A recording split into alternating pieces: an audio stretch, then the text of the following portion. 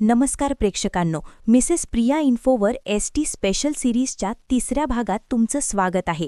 आजचा व्हिडिओ अत्यंत लक्ष देऊन ऐका, कारण हा व्हिडिओ थेट तुमच्या खिशाशी, तुमच्या पैशांशी आणि तुमच्या प्रवासाशी संबंधित आहे.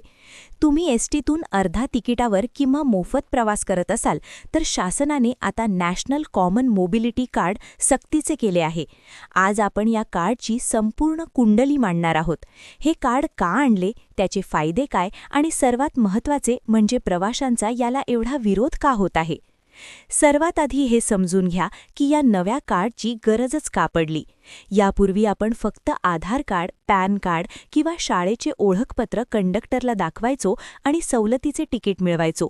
पण मित्रांनो, या साध्या पद्धतीचा अनेकांनी गैरफायदा घेतला. खोटे वय सांगणे, दुसऱ्याचे ओळखपत्र दाखवून प्रवास करणे असे बोगस प्रकार वाढले. दुसरे आणि सर्वात मोठे कारण म्हणजे राज्य सरकार एसटीला या सवलतींच्या बदल्यात जी आर्थिक भरपाई म्हणजे रिइम्बर्समेंट देते, तिचे मोजमाप पूर्णपणे अंदाजित होते. शासनाचा पैसा योग्य लाभार्थ्यांपर्यंत जातोय की नाही याची कोणतीही ठोस डिजिटल नोंद एसटीकडे नव्हती. हा सर्व गोंधळ संपवण्यासाठी शासनाने NMCC कार्ड आणले आहे.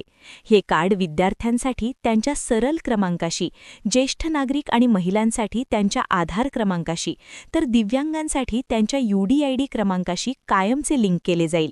आता येऊया सर्वात कळीच्या मुद्द्यावर. या कार्डसाठी तुम्हाला 199 रुपये द्यावे लागतील. जर तुमच्याकडे पूर्वीचे जुने एसटीचे स्मार्ट कार्ड असेल तर ती जमा केल्यावर तुम्हाला सवलतीत 149 रुपयांना हे नवीन कार्ड मिळेल. हे कार्ड म्हणजे तुमच्या खिशातील ATM किंवा प्रीपेड वॉलेटसारखं काम करेल. तुम्हाला या कार्डमध्ये किमान 100 रुपयांचा बॅलन्स कायम ठेवावा लागेल. तुम्ही हे कार्ड ॲपवरून किंवा एजंटमार्फत सहज रिचार्ज करू शकता.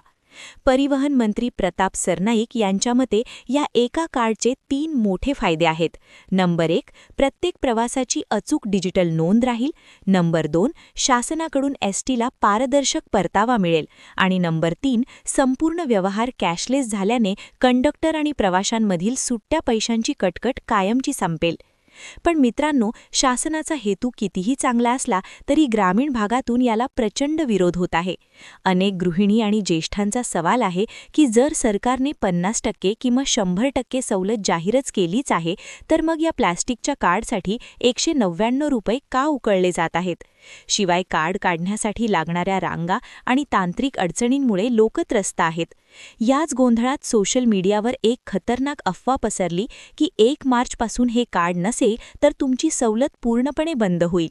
मित्रांनो, मिसेस प्रिया इन्फो तुम्हाला खात्रीशीर सांगते की ही पूर्णपणे अफवा आहे.